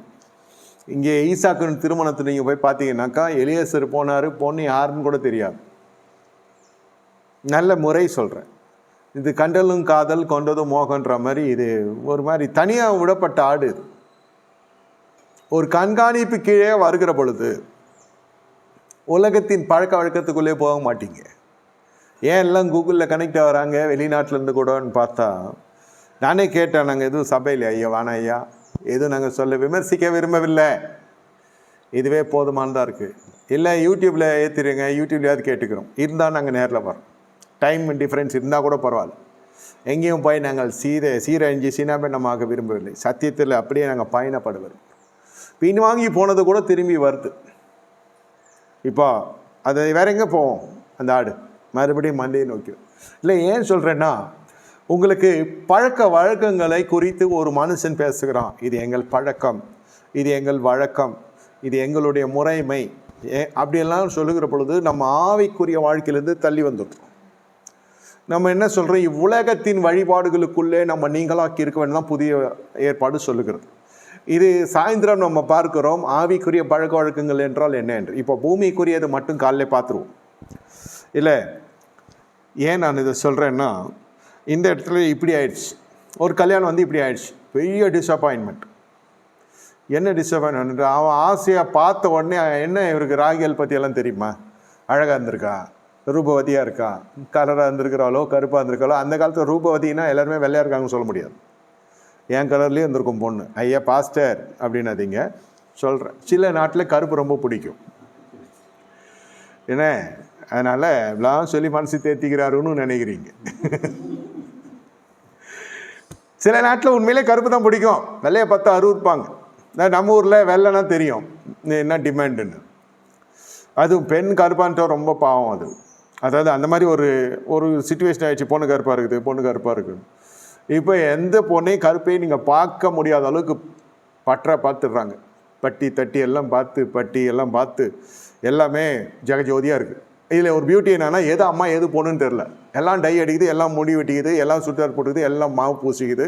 மூஞ்சி கட்டினா தான் தெரியும் எது உண்மையான சொருபோன்னு. எல்லாம் டயட்லேயும் இருக்குது, எல்லாம் வாக்கிங் போகுது. இதுவும் குண்டாக இருக்குது, அதுவும் குண்டாக இருக்குது. எது குண்டாக இருக்குது எதுவுமே கண்டுபிடிக்க முடியல. இன்னைக்கு டேட்டுக்கு அப்படி போய் கொண்டிருக்கிறது. அதனால் இந்த ராகேல் பார்த்த உடனே இவனுக்கு என்னமோ ஒரு அட்ராக்ஷன். இது ராகேல் வந்து லாபான் பொண்ணு இல்லைன்னா கூட இது நடந்திருக்கும். நம்மளுக்கு அவ்வளோ ஒரு தர்ஸ்ட். அங்கே ஏதோ வீட்டில் எல்லார் வீட்லேயுமே ஃபர்ஸ்ட் ஹாஃபில் ஒரு பிரச்சனை இல்லாத வீடே கிடையாது. ஆண்கள் சந்திக்காத பிரச்சனையே கிடையாது. அப்படியே பிரச்சனை சந்திக்கலாம், பெருசாக சந்திக்க போகிறான்னு அர்த்தம். அந்த பேம்பர்டு சில்ட்ரன் இருப்பாங்க. அது 25 வயசில் கூட அம்மா சோறு உருண்டை பிடிச்சி எடுத்துமே வாயில் வச்சுன்னு இருக்கும். அதுவும் ஆணும் வாயை திறந்து சாப்பிட்னு இருக்கும். தட்டு கழுவாது, கையை கூட கழுவாது. என்ன தான் ஊட்டி விடுறாளாத்தா, இப்படியே போய் கொண்டிருக்கும். இதெல்லாம் பெருசாக ஒரு சிலுவை காத்துன்னு இருக்குதுன்னு அர்த்தம். சின்ன வயசுலேருந்தே என்ன செய்யணும்னா, நல்லா ஜடஹாத்திரமாக எல்லா வேலையும் கொடுத்து பசங்க ஷேப்பே மாற்றணும் வேலையாலே. ஒன்று படிப்பு பலு, ரெண்டாவது அந்த புக்கு தூக்கின்னு போகிற சொல்ல படிக்கிறதுல. ஆனால் நம்ம நாட்டில் என்னன்னாக்கா முழுசும் படிப்பில் போய்டும். மார்க்குன்னு நம்ம பார்க் பண்ண வேண்டியது தான். அது பசங்க சட்டை பண்ணாது. அது திருப்பி அவனுக்கு கேட்பான், எதிர் வீட்டு பையன் பக்கத்து வீட்டு பையன் அவன் கூட படிக்கலாம் கம்பேர் பண்ணிங்கனாக்கா அவன் அப்பெல்லாம் BMW வரான், அவன் ஆத்தா எது வச்சுருக்கான், அவன் வச்சுருக்கான், நீ வாடகை வீட்டில் இருக்கான்னு. வாடகை வீட்டில் இருந்தால் கரெக்டாக எந்த பாயிண்ட் பிடிக்கணும் நம்ம பையனுக்கு தெரியும். இந்த மனுஷன் வேலைக்கு போயிட்டான்னா அம்மா பிள்ளைங்கள்லாம் சேர்ந்து ஒரு குழு மாதிரி இருப்பாங்க. உங்கள் அப்பனை பற்றியாடா இந்த மாதிரி பண்ணிட்டான், இப்படி ஆச்சு அப்படி ஆச்சு அப்படி ஆச்சு இப்படி ஆச்சுன்னா அது ஃபுல்லாக அது சின்ன பிளட்லேருந்து ஏறிடும். அது பசங்க வந்து அப்பாவை பார்க்குறப்ப ஒரு மாதிரி பார்ப்பாங்க. இது கல்யாணத்துக்கு அப்புறம் பழி வாங்குகிற பசங்க இருக்காங்க. இந்த மாதிரி நிறைய நடந்து கொண்டிருக்கு. இந்த பழக்க வழக்கங்கள்லாம் நம்ம வட்டாரத்தில் இருக்கக்கூடாது. வட்டாரம்னா ஆவிக்குரிய வட்டாரம், எந்த சபையானா இருங்க இதை கேட்குறவங்க. இதெல்லாம் வந்து ஒருமனப்பட்டு தகப்பன் மறைவில் என்ன சொல்லணும், தாய் அந்த தகப்பன் உழைக்க போயிருக்கார், இவர் இல்லைன்னா நீங்கள்லாம் உருவாயிருக்க மாட்டீங்க, அவர் ஜனம் என் ஜனம், எதுவுமே அந்த என் ஜனத்தை பற்றி உயர்த்தி பேசுறது, அவங்க ஜனத்தை தாழ்த்தி இதெல்லாம் இருக்கக்கூடாது. பசங்களுக்கு வந்து ஒரு நல்ல படிப்பினை கொடுக்கணும். இது முதல்ல நம்ம வழக்கமாக இருக்கணும். இல்லறத்தில் இந்த ஏசாவை திருமணம் பண்ணதுலேருந்து, ஏசா போய் திருமணம் பண்ணாரா, அதுலேருந்து மன விசனம் ஆயிடுச்சு ரெபேக்காலுக்கும் ஈசாக்குக்கும்.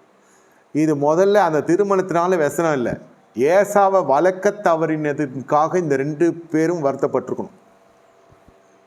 ஒரு பக்கம் ஆவிக்குரிய, அதுதான் அப்போவே நிறைய வாட்டி சொல்லியிருக்கேன், ஆவிக்குரிய வாழ்க்கைன்றது என்டையர்லி டிஃப்ரெண்ட். அது ஒரு சப்ஜெக்ட் தனியாக. பொருளாதார வாழ்க்கைன்றது தனி சப்ஜெக்ட்.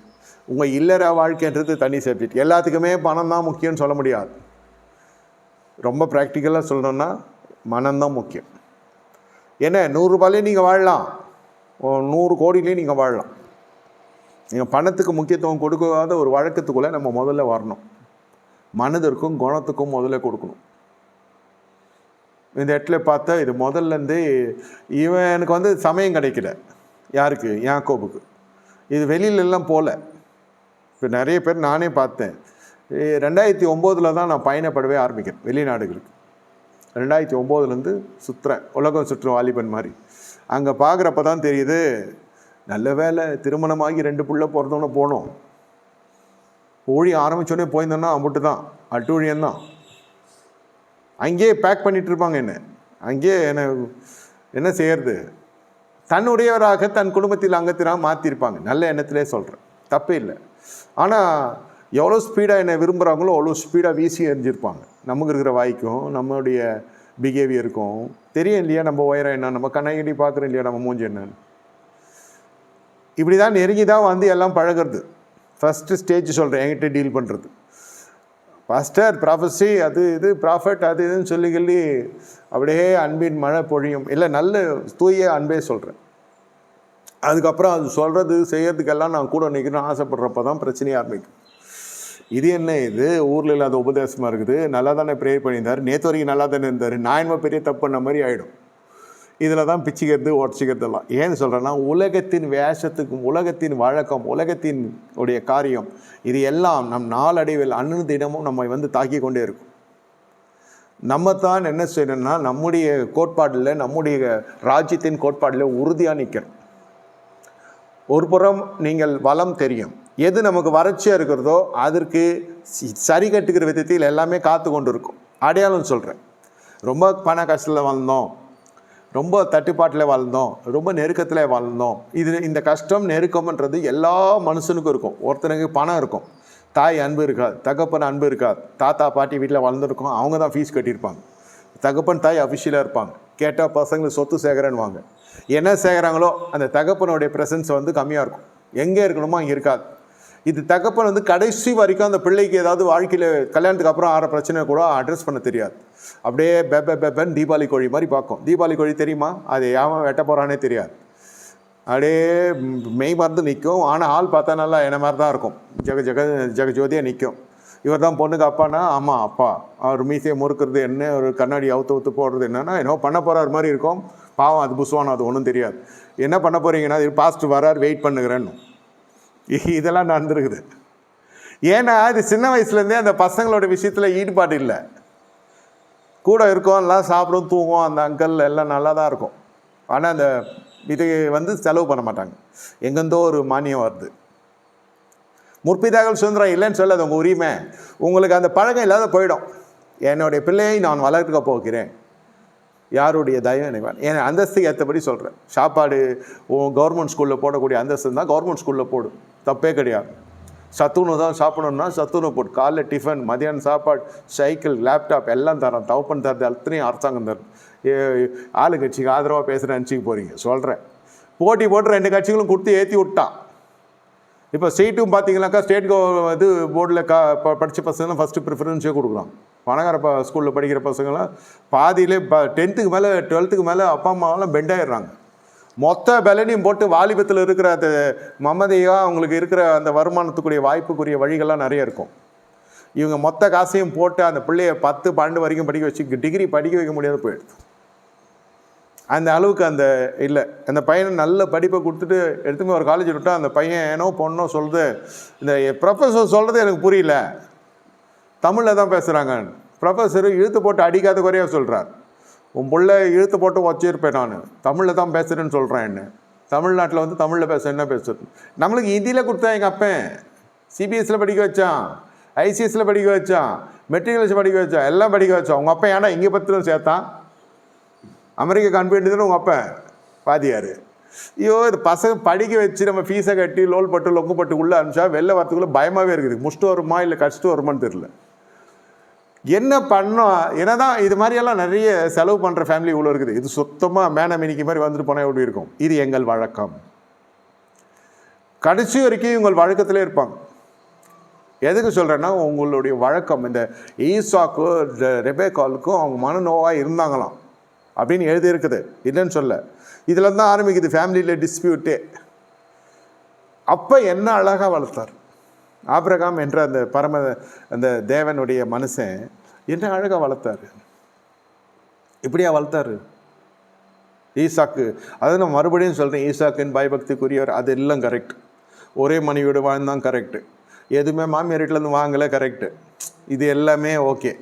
இது நல்லா குக் பண்ணுறது, food and bed was blessed for Isaac. நல்லா சமைக்குது. இவர் ரொம்ப சந்தோஷமாக வாழ்கிறார். வாழம்ல நோய் கிடையாது, நொடி கிடையாது, பரிசுத்தாவின் கனிகளை நிறைந்திருக்கிற குடும்பம்னு சொல்கிறேன். ஆனால் அந்த கவனக்குறைச்சல் எங்கே வருகுதுன்னு கேட்டால், மறுபடியும் வீக் வந்து இந்த வெள்ளாட்டுக்கறி தான். நல்ல டைமில் தலை தூக்கிட்டாங்க பசங்க. தலை தூக்கிட்டாங்களா, தலை குனிய வைக்கிறதுக்கு தூக்கிட்டாங்களா, அது பார்க்கணும். அந்த இடத்துல ஈசாக்கு வந்து அப்படியே மெய் மறந்து ஃப்ளோட்டிங்கில் இருக்கார். வீட்டில் இருந்த யாக்கோபு எஸ்கேப் ஆகலை. காரணம், இவருக்கு தருணம் கிடைக்கல. எல்லோரும் ஒருத்தன் சொன்னான், எல்லோரும் குடிப்பான்டான், ஆனால் தருணம் கிடைக்கல. இது உங்கள் பாஷைன்னு சொல்லணும்னா இப்படி சொல்லுவேன், பின்வாங்கி போன ஒரு ஆத்மா சொல்கிறது. அதாவது என்னென்னா, எல்லோரும் பாவம் பண்ணுவாங்க தான், சந்தர்ப்பம் கிடைக்கல. பாதி பேருக்கு நோய் இருக்குது, இவனே லவ் பண்ணால் கூட அதை இரும்புத்தை பார்த்து ஓடிய போடுவாளுங்க. பாதி பேருக்கு பேய் இருக்குது, பாதி பேருக்கு பயம், ஏதாவது ஒரு விஷயம் பண்ணோம்னா. ஆனால் மனசுக்குள்ளே இச்சையை மேற்கொண்ட அனுபவம் இல்லை. பின்வாங்கி போன ஒருத்தன் சொல்கிறான். அதனால் சபைக்கு வர 50 பேரும் பரிசுத்தம் நினைக்காத, நான் மட்டும்தான் கெட்டு போன்னு நினைக்காத. ஒரு 10% தான் அப்படியே பிசாசே வந்து பேசுகிற மாதிரியே இருந்துச்சு எனக்கு. ஒரு 10% தான் பரிசுத்தவனாக இருப்பான். அதுக்குள்ளே இந்த பிரசங்கம் அடுத்த வாரம் பாஸ்டர் வாங்கணும் பயத்திலே வாழ்வான். ஃப்ரீயாக விட்டுப்பார், வரமாட்டான். 50 பேரும் பாவ வாழ்க்கைக்கு போயிடுவான். எப்படிதான் இப்படி சொல்கிறான்? ஆனால் சொல்கிறதுல உண்மை இருக்குது. பழக்கம் வழக்கம், இதை செய்யாத, அதை செய்யாத, அதை செய்யாத, இதை செய்யாத. பரலோகம் வரைக்கும் இந்த மாதிரி நெருக்கியே கொண்டு போனால் தான் இறுக்கமான வாசல் வழியே போக முடியும். இல்லை நீங்கள் எப்போனா போங்க, எப்போனா வாங்க. ஆனால் அது அந்த மாதிரி தான் நம்ம பேசுகிறோம். ரொம்ப ஒன்றும் பெரிய கண்டிஷன் அப்படிலாம் கிடையாது. ஆனால் ஏன் ஜனங்கள் வருகிறார்கள் என்றால், வரப்போகிற ஆபத்துக்கு விலகி வாழ்கிறதுக்கு வார்த்தை அவர்களுக்கு தேவைப்படுகிறது. வரப்போகிற ஆபத்துக்கு விலகி நம்ம வாழணும், போதும் பட்டது, நம்ம போய் எதுலேயும் போய் மாட்டிக்கொள்ளக்கூடாது என்பதுக்காக தான் வராங்க. ஏன் நான் இதை சொல்லுகிறேன்னா, அடுத்த திருமல் நீங்கள் பார்த்தீங்கன்னா நியாயாதிபதிகள் 14:10. அடுத்தது இதெல்லாம் கொஞ்சம் பார்த்துக்கங்க. கல்யாணம் நிறைய நடக்கும்னு நினைக்கிறேன் நான். இனி வர நாட்களில் விசுவாசிகள், ஊடகத்தில் பயணப்படுகிறவர்கள், இதை செய்தியை கேட்கிறவர்கள், திருமணமாகாமலே இருக்கிறவர்கள், கர்த்தர் அற்புதங்களை செய்ய போகிறார். 14:10 நியாயாதிபதி புஸ்தகம். அவன் தகப்பன் அந்த பெண் இருக்கும் இடத்தில் போன போது சிம்சோன் அங்கே விருந்து செய்தான். வாலிபர் அப்படி செய்வது வழக்கம். இது என்ன ஆயிடுச்சுனாக்கா, பேச்சுலர் பார்ட்டின்னு சொல்கிறாங்க, கல்ச்சர்ஸு, அதான் இது வந்து பழக்கம். வயசு பசங்க ஆகிட்டாங்க. இப்போ காலம் மாறி விட்டது. என்ன, ஒரு பையன் வந்து 25 ஆண்டு காலம் ஊழியத்தில் நான் சொல்கிறேன், நான் போய் ஒரு வீட்டில் ஜெபம் பண்ணுறேன். அந்த வீட்டில் வயசான ஒரு அம்மா வராங்க. அவங்க வந்து ரொம்ப, அந்த சிஸ்டர் வந்து வாலிப வயசுலேருந்து தெரியும், 75-80 வயசு இருக்கும் அந்த அம்மாவுக்கு. அந்த அம்மா வந்தோடனே அந்த வீட்டில் இருக்க வாலிபனை பார்த்துட்டாங்க. அந்த அந்த அம்மாவுக்கு கண்ணு எல்லாம் நல்லா தான் இருக்குது. இவன் பண்ண சேஷ்டாலாம் எனக்கு தெரியும் இவன் யாருன்னு. இந்த பையன் நான் பார்த்துருக்கேன். இவன் பையன் எனக்கு தெரியும். இந்த பையனுடைய எல்லா மூவ்ஸும் எனக்கு தெரியும். அந்த அம்மா வயசானவங்க, ஏதோ வருஷத்துக்கு 2 வாட்டி வருவாங்க. அவங்க வந்து ஜெபம் பண்ணலான்னா, இந்த பொண்ணு யார் அப்படின்னாங்க. நம்மளால் நல்லா கோதி விட்டுக்கணும், முடிய அது மேலே பேண்டு வச்சுக்கின்னு, மீசை காணும், தாடி காணும், லுங்கி அண்ட் டிஷர்ட் தான் போட்டிருந்தான். தப்பு இல்லை. இப்போ அது என்ன நினச்சிச்சு, அந்தம்மா பட்டுப்பாவாடை கட்டிட்டு இருக்குது. இந்த பாப்பா நினச்சின்னு இருக்குது. உடம்பு பார்த்தீங்கன்னாக்கா அப்படி தான் இருக்குது. குலுங்கி சிரிச்சா குலுங்குமே உடம்பு, அந்த மாதிரி இருக்குது. உடம்பும் அவ்வளோ லூசி ஃப்ளஷ்ஷு. இது பாப்பா. இந்த பாப்பா யார் அப்படின்னு அந்த அம்மா, இல்லை ஆண்டி இது என் பையன். பொய் சொல்கிறேன், இது உன் பையன் இல்லை அப்படின்ட்டு. அப்புறம் அவன் ஆம்பளை குரலில் இருந்தானே, இல்லை ஆச்சி நான் தான் அப்படின்னா. அடாப்பாவி, இது என்னடா இது பொட்டை வேஷம் அப்படின்ச்சு. அவ்வளோதான், அவன் அழுவ ஆரம்பிச்சிட்டான். என்னை போய் இப்படி சொல்லிட்டாங்கன்னு. அவனையே ஜபத்துக்கு கூட்டம் நிறுத்தினாங்க. ஒரு தீர்க்கதரிசி வந்திருக்கிறாரா, வாடான்னு. ஏதோ வந்து நின்னா. கடைசியில் இன்னமா வந்துடுச்சு. கடைசியில் அது டோட்டலாகவே பிடிக்கவே இல்லை. சபிக்காத குறையாக பேசிட்டு போயிடுச்சு அந்த அம்மா. இந்த மாதிரிலாம் அந்த நீ உருப்படவே மாட்டேன். மொட்டை அடி, ஃபஸ்ட்லேருந்து முடி வளரு. இது என்ன சுட்ட முடி, இது என்ன பேண்டெல்லாம் வச்சுருக்கு பொம்பளை பசங்க மாதிரி, இது என்ன காதில் கடுக்கன்னு போட்டிருக்கேன், இன்னொரு கடுக்குன்னு எங்கே தொலைச்ச எல்லாம் கேட்குது. அது ரொம்ப அப்டேட் ஆகலை. பையன் வந்து ரொம்ப டென்ஷன் ஆகிட்டான். இந்த மாதிரி போயிடுச்சு. இது உலகத்தின் வழக்கம். அவன் சொன்னான், வாலிபர்கள் இப்படி செய்வது இது வழக்கம். சரி, அந்த வாலிபர் தான் செஞ்சு தொலைட்டோம். பரிசுத்தாய் பெற்ற நீ செய்யலாமா? அப்படியே திட்டினே இருக்கிறப்போ அவங்க அப்பா வந்துட்டார். அவங்க அப்பா கம்ப்ளைண்ட் பண்ணால் அந்த அம்மா பார்த்துட்டு அவங்க அப்பா பார்த்து தலை அடிச்சுன்னு உட்காந்துச்சு. நான் கூட கவனிக்கல. அவங்க அப்பா ஒரு சின்னதாக கடுக்குன்னு போட்டு விட்ருக்காங்க. அவங்க அப்பா ஒரு கம்மல் போட்டிருக்காரு. இப்போ கம்மல் போடுறது பிரச்சனை இல்லை, இந்த ஆண்டிக்கு பிடிக்கல.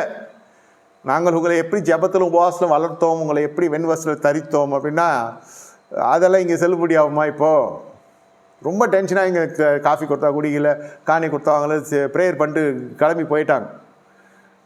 அப்புறம் கொஞ்ச நேரம் அப்படியே பயந்துன்னு வந்தோம் எல்லாருமே. என்னடா இந்த மூதாட்டி சபிச்சுட்டு போயிட்டாங்க இவனை அப்படின்னு.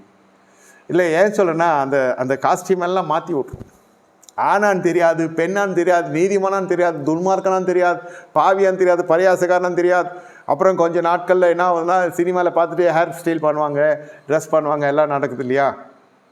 இது இவ்விடத்தின் வழக்கம். நீங்கள் எந்த ட்ரெஸ்ஸிங் பண்ணிங்கனாலும் சரி, அது இவ்விடத்தின் வழக்கம். இதில் தான் தாண்ட முடியாது. இது பிரசங்கமாக சாதாரணமாக தான் இருக்குது. ஆனால் உள்ளே பூந்து தியானிக்கிறப்போ தான் தெரிஞ்சு ரொம்ப டீப்பாக இருக்குது. வேஷ்டி கட்டினாலும் அது இவ்விடத்தின் பழக்கம், பேண்ட் போட்டாலும் அது இவ்விடத்தின் பழக்கம். ஒரு இடத்துல போய் பார்த்து ஒரு நாட்டில் அரை ட்ரௌசர் போட்டுன்னு ஏறி புல்பீட்டில் ஏறி பிரசங்கம் பண்ணுறான் வல்லமையாக. கேட்ட God is not seeing the dress, God is seeing my ஹார்ட்ன்றான். எனக்கு மேலே பேசுகிறான். என்னடா பண்ணுறது? ஆஃபீஸுக்கு போகிறப்ப இப்படி போயேன் நீனா, அங்கே சம்பளம் கொடுக்குறானே, நான் கோட் சூட்டோடு தான் போவேணும். அடா பாவி, உனக்கு தேவை சமூகம்னா அப்படி இருக்குது உனக்கு. ஆஃபீஸ்னால் கோட் சூட் டையோடு போவேன், அங்கே போகிறது தானே ட்ரௌசர் போட்டுக்கின்னு பனியன் போட்டுக்கின்னு. காட் இஸ் சீயிங் யுவர் ஹார்ட்டுன்னு, God only gave the job அப்படின்னு போக வேண்டியதானு. இவ்விடத்தின் வழக்கம். அவங்க சொன்னாங்க இது இவ்விடத்தின் வழக்கம். ஏன்னா புல்பீட்டில் அரை ட்ரௌசர் போட்டுக்கிற ஒருத்தனை திட்டினா பரவாயில்ல, புல்பீட்டே அப்படி தான் இருக்குது. என்னெல்லாம் ஒரு மாதிரி மேலே கீழே பார்த்தாங்க. இவர் ஆஃப்ரிக்காலேருந்து வந்த பாஸ்டர்ன்ட்டான் ஒருத்தன்.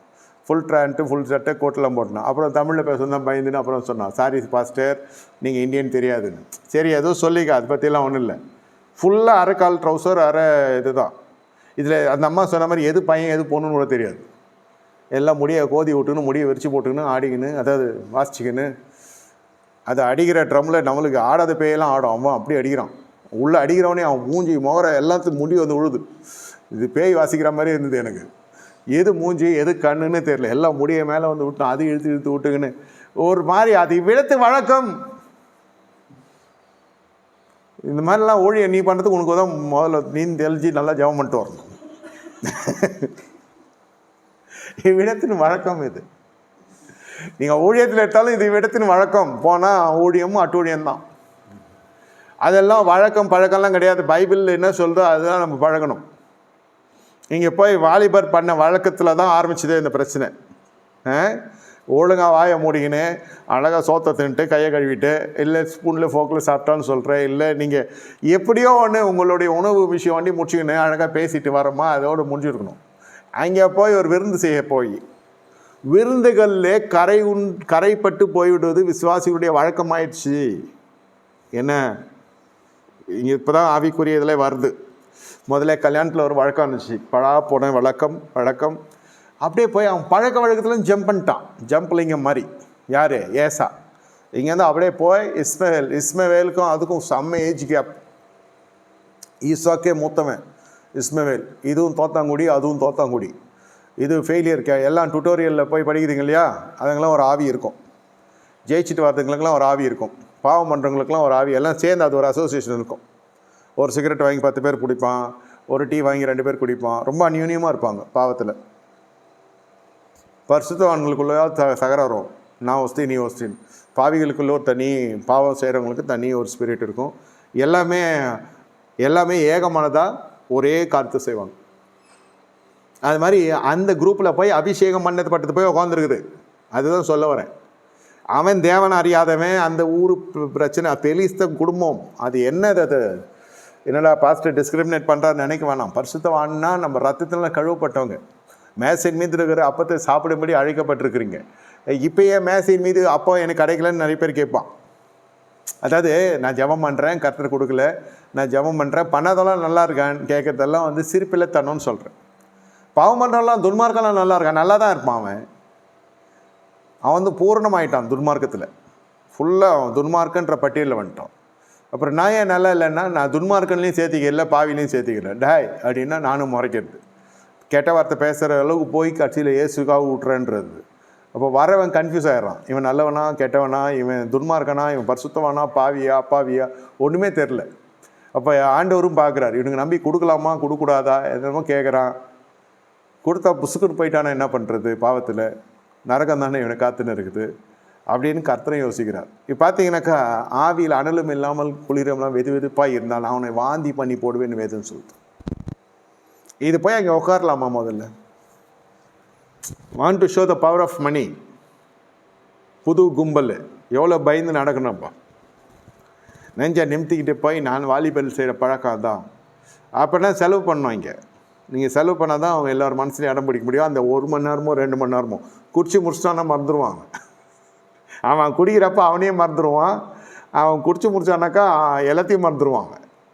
மறுபடியும் யார் குடி வாங்கி கொடுவோன்னா இங்கே போவான். பெரிச கும்பல் ஐயா. நீ இருக்கிற ஜனங்கள் போய் பெண் எடுக்கிற இடம் எங்கே? பொல்லாத சந்ததியார். அது நியாயம் தீர்க்கும்படி உன்னை அபிஷேகம் பண்ணப்பட்டது. அதோடு போய் குடும்பம் நடத்துறதுக்கோ உறவாடுவதுக்கோ இல்லை. நம்ம எப்படி நியாயம் தீர்க்க முடியும்? நம்ம எப்படி போய் அதுங்களை அழிச்சு போட முடியும்? அந்த காலத்தினுடைய கோட்பாடு சொல்கிறேன். பிறந்ததே நியாயாதிபதி அபிஷேகத்தோடு, வளர்க்கப்பட்டதே நியாயாதிபதிகளுடைய பிரதிஷ்டையோடு. சிம்சோன் மிகப்பெரிய பராக்கிரமசாலியினுடைய சரீரம் மட்டும் அப்படி இல்லை, அதுக்குள்ளே நிறைய சத்துவங்கள் இருக்குது. அதுக்கேற்ற பிரதிஷ்டை இருக்கணும், அதுக்கேற்ற பக்குவம் இருக்கணும், அதுக்கேற்ற உணவு முதல் கொண்டு அவனை கர்த்தர் ரெஸ்ட்ரிக்ட் பண்ணி வரார். இதை சாப்பிடக்கூடாது, அதை சாப்பிடணும், இதை தான் சாப்பிடக்கூடாது, இப்படி இருக்கணும் அப்படி இருக்கணும், எதையுமே ஃபாலோ பண்ணல. காரணம் எடுத்து சொல்ல ஒரு ஆசாரன் கிட்டே இதுக்கு டச்சே கிடையாது. ஆசாரன் டச்சே இல்லை. இதுக்கு மெய்ப்பெண்ணுடைய சந்திப்பு இல்லை, வீடு சந்திப்போ இல்லை இதாவது மெய்ப்பெண்ணை சந்திக்கிறதோ இல்லை ஆலயத்துக்கு வந்துட்டாவது போகிறப்ப பார்த்து சொல்லிட்டு போகிறதுன்னு இது அந்த ஆலய வாசனையே கிடையாது சிம்சோனுக்கு. நானே ஆலயம் அப்படின்லாம் சொல்லுவான் சில பேர் தாகமாக வருவாங்க ஆலயம்னு, அதெல்லாம் சாயங்காலம் பார்ப்போம். இந்த சிம்சோன் பார்த்தீங்கன்னா நேராக இதுக்கு கொடுக்குற கான்சன்ட்ரேஷனும் ஒரு ஆலயத்தில் போயிட்டு இல்லை ஒரு ஆசிரியப்பு கூடத்தில் ஒரு ஆசிரியனோட தொடர்பில் இருந்தால், நான் சொன்ன நல்ல ஆசிரியன்னு சொல்கிறேன். என்னோடய விரதத்தை தெரிந்த ஒரு ஆசிரியன். நஸ்ரேன் என்றால் இந்த விரதம் என்னன்னு எண்ணாகத்தில் வாசிக்கிறோம். எதுவுமே கிடையாது, அந்த வாசனை கிடையாது. ஆசிரியப்பு கூடாரத்துக்கு பக்கம் போகிறதே கிடையாது. கர்த்தர் நடத்துகிறார், ஆவியை நடத்துகிறார். நீங்கள் பார்த்துருப்பீங்க, திடீர்னு அபிஷேகம் வரும், திடீர்னு வர்ஷிப் பண்ணுவான், திடீர்னு பார்த்தா பிளாக் ஷீப் ஆகிடுவான். ஃபஸ்ட்டு வர்ஷிப்பு, 2வது பிளாக் ஷீப். எவ்வளோ பார்க்குறோம் இல்லையா? இதெல்லாம் வார்த்தையெல்லாம் கிடையாது, வார்த்தையும் கிடையாது, ஆசாரம் கிடையாது, எதுவும் கிடையாது.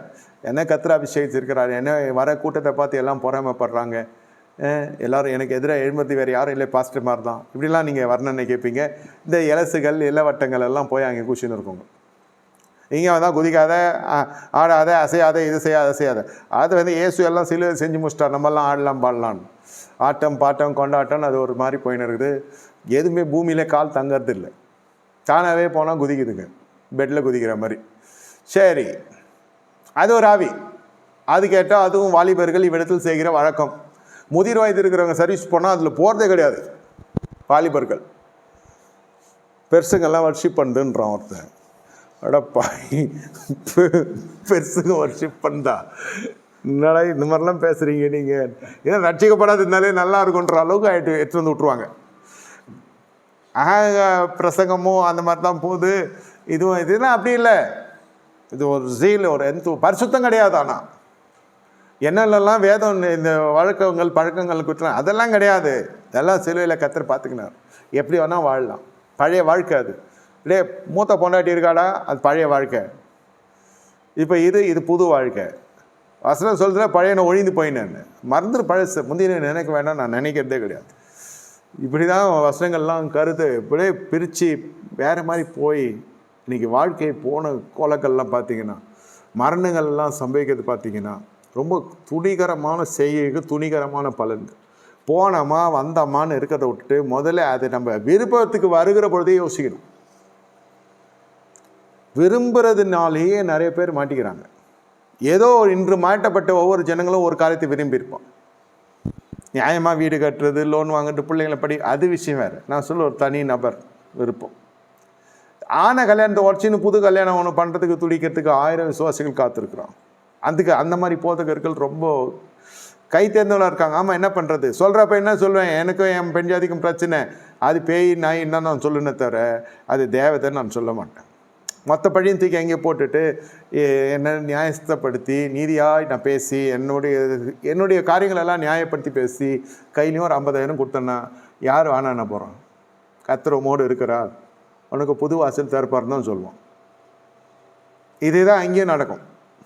அந்த அம்மனியும் போய் அந்த மாதிரி எதனா பேசி அது கையிலையும் ஒரு 50,000 கொடுத்தாக்கா அதையும் நீர் எப்படி தான் வாழ்ந்தீரோ அந்த மனுஷனோடு உங்கள் ஏற்ற துணியை கர்த்தர் தருவார்னு. இப்போ அப்படி ஆயிடுச்சு. போ, உன் இனத்தோடு போ, உன் ஜனத்தோடு போ, திரும்பி என் கூட ஃபாலோ பண்ணாதான்னு இயேசு சொன்னார். அவர் எவ்வளோ பப்ளிசிட்டி தேடி இருக்கலாம். பெரிய பெரிய ஆட்கள்லாம், பெரிய பெரிய வியாதிஸ்தெல்லாம் சரியான எல்லாம் பின்னாடி வர வந்தான். லேகியன் கட்டெல்லாம் வேணாம் நீ உன் வீட்டில் போய் உன் வீட்டார் எடுத்து போ, ரொம்ப நாள் ஆயிடுச்சு வீட்டுக்கு போய், நீ வீட்டுக்கு போய் காட்டு கர்த்தர் என்ன செஞ்சார், நீ போய் ஆசாரனை காட்டுன்னு சில பேர் சொன்னார். கொஞ்சம் பேர் தான் இந்த 12 பேர். அதனால் இந்த 12 சீடர்களுக்கும் உச்சக்கட்டத்தில் போயிட்டான். டேய் நம்ம தாண்டா எல்லாம் 0 வாட்ஸ் நம்பர்னு தெரியாமே, நம்ம எல்லாரும் வரேன்னா வானா, நான் என்ன கூட வச்சுருக்காரு ஏசுனா எப்படியாப்பட்டேன் நான் என்ன நம்ம இடத்துக்கு அவன் வரேன்னு ஆசைப்பட்டேன். ஏசு சொன்னார் வானா, ஆல்ரெடி 12 பேர் இருக்கிறாங்க பவர்ஃபுல்லாக, நீங்களாம் வானான்னு சொல்லிட்டாருன்னு இவர் ஆட் பண்ணி சொல்கிறது. அவர் சொன்ன என்ன அதாவது எதுக்கு சொல்கிறேன்னா, எல்லாம் என்னை பின்பற்றுங்கன்னு சொல்லலைன்னு சொல்லவர். ஏசுனுடைய பழக்கம் அது. போவோம் வீட்டை பார், போவோம் வீட்டில் இருக்கிறவங்ககிட்ட பேசு, போவோம் உனக்கு கர்த்தர் செஞ்சு இதோ காட்டு. கொஞ்சம் பேரை மட்டும்தான் தன்னோடு இருக்க அழைத்து கொண்டான். அதுங்களுக்கும் குடும்பம் இருந்துச்சு. குடும்பத்துக்கு கர்த்தர் எப்பவுமே எதிர்த்து இல்லை. நம்ம அப்படி எடுத்துக்கொண்டு வந்துடுறோம். கடமையை செய்யறது கிடையாது, பில்ஸு கட்டுறது கிடையாது. இந்த மாதிரிலாம் இருந்தாக்கா எந்த குடும்பம் விரும்பும் சொல்லுங்கள்? இதெல்லாம் நம்ம என்ன விதைக்கிறோமோ அதை அறுப்போம். இந்த ஈசாக்குக்கு அவன் கைவிட்டு ஓடில்லை. ஈசாக்கு டோட்டலாக அந்த ஃபுட் அண்ட் பெட்டில் நம்பர் 1 ஆகிட்டார். தாம்பதிய வாழ்க்கையோ அந்த இதெல்லாம் அசோசியாக பேசுகிற நினைக்க வேணாம். இவருக்கு என்ன தேவை? தட்டில் மத்தியானம் 12:30 மணிக்கு கரெக்டாக சாப்பாடு வந்து வெள்ளாட்டுக்கறி வறுவல், வெள்ளாட்டுக்கறி குழம்பு, வெள்ளாட்டுக்கறி சூப்பு, வெள்ளாட்டுக்கறியே ஃபேவரட் ஃபுட் அது. நீங்கள் சிலர் நம்மளாம் தெரியும் இல்லையா, நம்ம எல்லாருமே இதில் எல்லாமே சபை என்னோட நிற்கும் நான் நினைக்கிறேன். பிரியாணி சாப்பிட்டதுக்கப்புறம் கொடுத்தா வேணான்னு யாரா சொல்லுமா? கொஞ்சம் இடம் இருக்கும் இல்லையா? பிரியாணிக்குன்னு ஒரு இடம் இருக்கும். நான் நிறைய இதில் பார்த்தேன். ஐசியூ வார்ட்லேருந்து ஒருத்தர் நான் ப்ரேயர் பண்ண போகிறேன், நான் போகிறதுக்கு முன்னே அவர் கொஞ்சம் நிதானம் ஆகிட்டார். நான் ப்ரேயர் பண்ணி என்ச்சார் சொல்ல இப்போ நம்ம அந்த இதெல்லாம் எடுத்துகிட்டு நேற்று பிரியாணி சாப்பிட்டீங்களாமே அப்படின்னாரு. ஐயா வாயா முதல்ல இந்த பாடை விட்டு பிரியாணி பொங்கி கொட்டுறேன், நான் மலையாக கொட்டுறேன். முதல்ல வந்தோன்னே எப்படி இருக்கிறீங்க, ஏன்னா இங்கே வந்து கேட்க நேற்று பிரியாணி போட்டிங்களாமே, நேற்று பிரியாணி சாப்பிட்டீங்களாமே எல்லாரும். அவர் உள்ளே வச்சு லாக் பண்ணிட்டான் இல்லையா ஐசியூவில். அந்த ஏக்கம் நார்மல் ஆகிட்டீங்க பிரதர், நீங்கள் எப்படி சொல்கிறீங்க? கர்த்தர் சொன்னேன் இல்லை, நீ பிரியாணி எப்போ இவ்வளோ லவ் பண்ணுறா இல்லையா, நீ பிரியாணின்றப்போ எல்லா நினைவும் வந்துடுச்சு உனக்கு. அதுவும் நாங்கள் சாப்பிட்டதெல்லாம் சொல்கிறேன்னா கண்டிப்பாக நீ ஏஞ்சிட்ட. இன்னும் ஒரு 2 நாள் அனுப்பிச்சுட்ருவாங்க. நம்ம பொங்கி சாப்பிட்டு கொண்டாடுவோம். பிரியாணிக்கு அடிமைகள். அதாவது ஃபுல்லாக இல்லைனாலும் ஒரு லைட்டு ஒரு டேஸ்ட் இருக்கும். அந்த மாதிரி Isaac totally convinced and comfortable with wife. சந்தோஷம், ஏன் பொண்டாட்டி புருஷன் நல்லா இருந்தா. சிலதெல்லாம் இப்படி தான். பிள்ளைங்க எல்லாம் பிறந்தப்போ கூட பிள்ளைங்கள் செய்கிற கடமையெல்லாம் இல்லாமல் புதுமண தம்பதிகள் போல் இருக்கும். அதெல்லாம் பக்கத்து வர பிள்ளைக்கு மாதிரி வளரும். ஏற்கனவே எது கிடைக்கும்னு பார்த்துட்டு இருக்குது நம்மளை சுற்றி இருக்கிற சாத்தானுங்க. இஸ்மவேல் போனதை பற்றி போயிட்டான் இல்லையா அப்படின்னு நினச்சிருக்கான். எப்பவுமே போன பேய் சும்மா இருக்காது, சும்மா திரும்பி வந்து உங்களை நாசம் பண்ணிடும். அதுதான் ஆண்டவரும் சொல்கிறார். போய் 7 கொண்டு வரோம். கரெக்டாக பசங்களை பொல்யூட் பண்ணிட்டாங்க. உங்கள் பசங்களை நீங்கள் பார்த்து வச்சுக்கோங்க. ஏதாவது ஒன்று எடுத்துன்னு அங்கே விட்றேன் இங்கே விட்றேன்ட்டு எடுத்துன்னு போய் நம்மளுக்கு அந்த டைமுக்கு ஈஸியாக இருக்கும். ஒரு கடைக்கு போயிட்டு வரோம், அதுக்கு போயிட்டு வரோம். சில பேர் ஊருக்கெல்லாம் போங்க, சில பேர் வெளிநாட்டுக்கெல்லாம் கூட போவோம். இப்போ சொத்து ஐயா, நீ போய் சொத்து சம்பாதிக்கணும், சம்பாதிக்கிறதெல்லாம் இது அழிச்சு போட்டுரும்.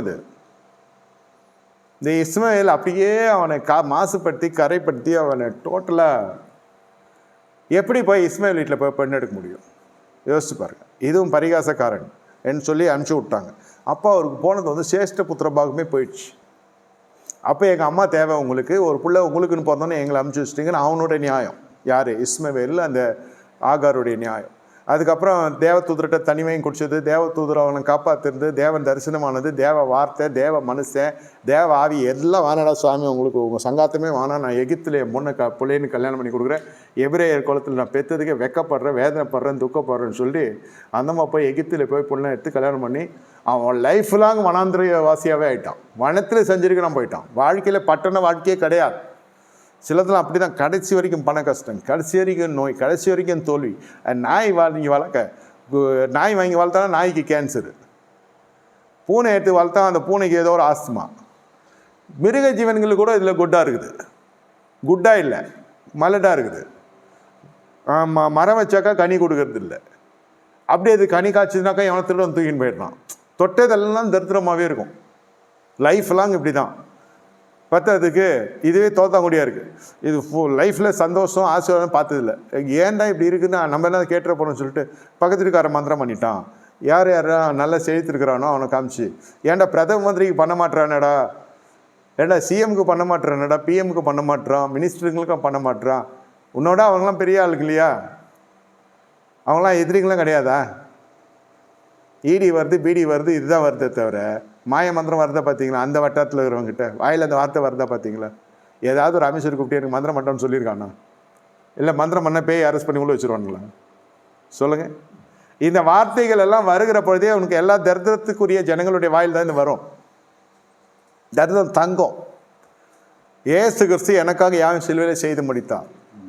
எல்லா பிசாசையும் கர்த்தர் மேற்கொண்டுட்டான். அது செய்து இருந்தாலும் அது என்னை அணுகாது. நான் நல்லா வருவேன். நான் சொல்கிறது வந்து பூர்ண விசுவாசியாக இருந்து சொல்லணும். இக்கரை அக்கறை இங்கே கொஞ்சம் அங்கே கொஞ்சம் இருக்கிறது சொல்ல. உண்மையிலே அபிஷேகம் பெற்ற ஜனங்க, சுத்த நல் மனசாட்சியோ திருவிந்து எடுக்கிற ஜனங்க வாயிலே இதெல்லாம் வரவே கூடாது. ஆனால் திருவிந்து கரெக்டாக வந்து நின்றுவாங்க.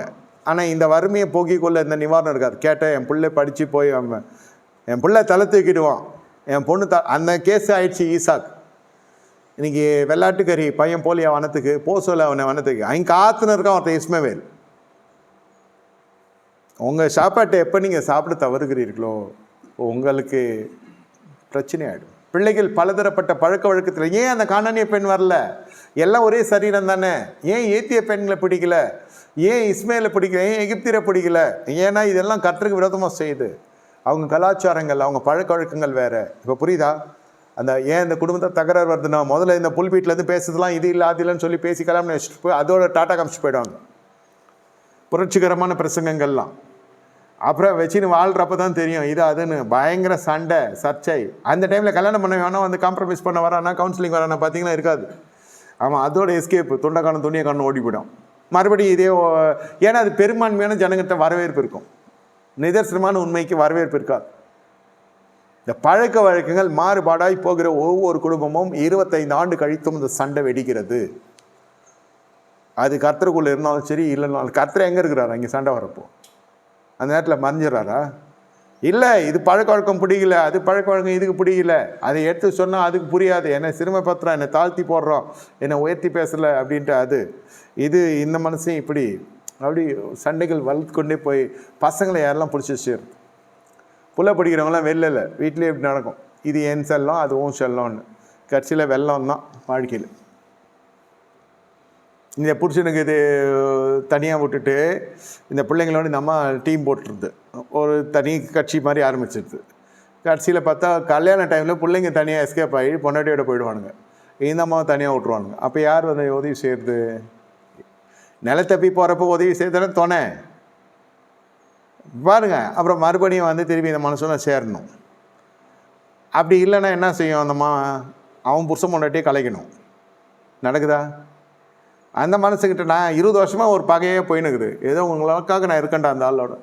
அந்த மாதிரி சொல்லும், உங்களுக்காக இருக்கேன்டா அந்த ஆளோட. இல்லைன்னா என்ன வாழை வெட்டி இல்லை, இதை வளர்க்க முடியாது. இதால் இது அந்த ரத்தத்துக்கு தானே பிறந்தது. நான் என் பிள்ளைங்களை அப்படி வளர்க்கலை, நான் இப்படி வளர்த்தேன். ஒன்றும் கிடையாது, இது கட்சியை வச்சுன்னு அர்த்தம். ஒன்று கழிச்சா பிள்ளையும் மருமகனுடைய வாழ்க்கையும் கலைக்கணும், இல்லை புருஷங்கிட்ட போய் சேரணும். இதில் சபையிட்டே விட்டுறேன். தேவ சமூகத்தில் எது பக்கம் இந்த அம்மா போவோம் நீங்கள் நினைங்க? பிள்ளையும் மருமகனையும் கலைக்க தானே இதை செய்யும். புருஷங்கிட்ட போவோமா? 20 வருஷம் கிட்டே போகாதவன் சேப்பானா? கூடு போன வரைக்கும் அந்த மனசனை பற்றி கரையான எண்ணங்கள் தூத்தி பிள்ளைங்களுக்கும் அப்பாவுக்கும் பெரிய கேப் உண்டாக்கிட்டு தான் கண்ணையே மூடிடுது நிறைய. எங்கள் அம்மா எல்லா உண்மையும் சொல்லிட்டு தான் செத்தாங்க ஐயா இந்த மனசனை பற்றி அப்படின்றான் அவன். அது லோன் போட்டு உட வாங்கி லோன் போட்டு படிக்க வச்சு லோன் போட்டு லோன்லேயே கட்சியில் அலோனாகவே ஆயிடுச்சு. அது லோனில் ஆரம்பித்த மனுஷன் லோன்லினஸ் இருக்கக்கூடாது தான் கல்யாணம் பண்ணது. கல்யாணத்துக்கு அப்புறம் நடக்கிற கரப்ஷன். இதுக்கு என்ன சொல்கிறது? எந்த பாஸ்ட்டு போய் ஜாபம் பண்ணுவான்? கரெக்டாக தசமும் கொடுக்குற ஃபேமிலி வேறு. அது புருஷன் மட்டும் கொடுத்தா புருஷன் பாஸ்ட் ஆகிடுவான். புருஷனும் கொடுக்குது, அதே அமௌண்ட்டை பொண்டாட்டியும் கொடுக்குது. ரெண்டுமே கவர்மெண்ட் சர்வெண்ட்டு. பென்ஷன் வாங்குற வரைக்கும் டென்ஷன் இல்லை அதுக்கு. அதுக்கு கடைசி வரைக்கும் சபைக்கு உத்தமமாக இருந்துட்டு போவோம். பாஸ்ட்டு போய் பஞ்சாயத்து பண்ணால் எப்படி பண்ணுவார்? நீங்கள் செய்யறது தப்பு சிஸ்டர், நீங்கள் செய்கிறது கரெக்டு பிரதர் நான் சொல்லுவார். பிரதரை சேர்த்துங்கன்னு சொல்லுவார். கர்த்தர் நடத்துவார், கண்களை மூடி ஜெபிப்போமாக. நீ மூடிடாதீங்க சொல்கிறேன். இது தசமாத்து பங்கம் வராது தானே பஞ்சாயத்து பண்ண முடியும். இதெல்லாம் வந்து இவ்விடத்து பழக்கம். இது இருந்தாலும் கர்த்தர் நம்ம செவி சாய்க்க மாட்டோம். ஏன் குடும்பங்கள் நாசமடை தான் பேய் பிள்ளி சொல்லிட்டு காட்டிலும் நம்முடைய சிந்தைகள் எல்லாம் வேறு மாதிரி போயிடுச்சு. ஜெயிச்சிட்டோன்ற எண்ணம் வந்துடுச்சு. கல்யாணம் ஆயிடுச்சு, செட்டில் ஆகிட்டோம். இல்லை கல்யாணம் எப்படில பிறந்துச்சு அப்பா அப்படி. இதுக்கப்புறம் தான் எல்லாமே ஆரம்பிக்குதுன்றது மறந்துடும். அதுக்கப்புறம் இயேசுவை ஏற்றுக்கொள்ளுங்கள், சபைக்கு வாருங்கள், தசமாக செலுத்துங்கள், அடுத்த சபைக்கு எங்கேயும் போகாதிருங்கள். இவ்வளோ தான் சபை. ராஜ்யம் அப்படி இல்லை. கடைசி வரைக்கும் உங்களோடு கூட வருகிறது ராஜ்யம்தான். நின்னால் ராஜ்யம், உட்காந்தா ராஜ்யம்.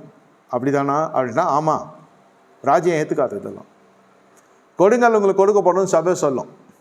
தர்ம காரியம் வேறு, தசமாக வேறுன்னு ராஜ்யம் சொல்லும். என்ன அந்த கன்னிகையில் பாருங்கள், கொடுத்துட்டு போகிறோம்னா சபையினுடைய வழியில் பார்த்தா கொடுத்துட்டு போகலாம். கொடுத்தா பரலோகம் போக போகிறோம் இல்லையா? மனவளை வந்து எடுத்துக்க வரலையா? ஆனால் அவங்க என்ன சொல்கிறாங்க?